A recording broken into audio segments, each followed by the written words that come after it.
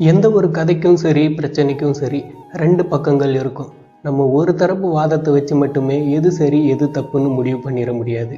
இன்னைக்கு அந்த டாபிக்ல தான் ஒரு குட்டி கதையை பார்க்க போறோம். வணக்கம் உறவுகளே, welcome to story for you. நான் உங்க பாலா. இப்போ கதைக்குள்ள போலாம். ஒரு ஊர்ல கண் பார்வை இல்லாத ஒரு வாலிபன் இருந்தான். அவன் ஏதோ ஒரு வேலையின் காரணமா பக்கத்து ஊருக்கு போக வேண்டிய சூழ்நிலை ஏற்படுது.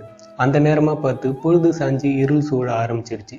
இந்த இருட்டு வேலையில அவன் தனியா நடந்து போயிட்டு இருக்கிறத அவன் பக்கத்து வீட்டுல இருக்க ஒரு பெரியவர் பாக்குறாரு. உடனே அந்த பெரியவர் அவனை கூப்பிட்டு, தம்பி, நீயோ ராத்திரி வேலையில போற, யாராவது தெரியாம வந்து உன் மேல இடிச்சிட்டா என்ன பண்ணுவ? அதனால வெளிச்சத்துக்கு கையில ஏதாவது விளக்கு எடுத்துட்டு போலாம்ல அப்படின்னு சொல்றாரு. அதுக்கு அந்த வாலிபன் சொல்றான், எனக்கு தான் கண்ணு தெரியாதே, நான் வெளிச்சத்துக்கு கையில விளக்கு எடுத்துட்டு போனா மட்டும் என்ன பிரயோஜனம் அப்படின்னு.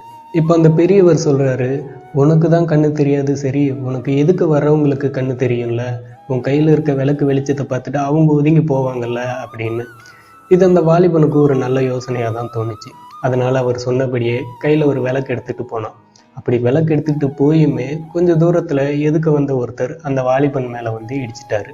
உடனே அந்த வாலிபன் கோபத்தில் தன்னை இடித்தவரை பார்த்து திட்டுறான், ஏங்க, எனக்கு தான் கண்ணு தெரியாது, சரி, எதுக்கு வரவங்களாவது வெளிச்சத்தை பார்த்துட்டு விலகி போகட்டுமேனு தான் கையில் விளக்கு எடுத்துகிட்டு வந்தேன், அப்பவும் மேலே வந்து இடிக்கிறீங்களே, இது உங்களுக்கே நியாயமா அப்படின்னு கோபத்தில் கண்ணா பின்னான்னு அவரை பார்த்து கத்துறான்.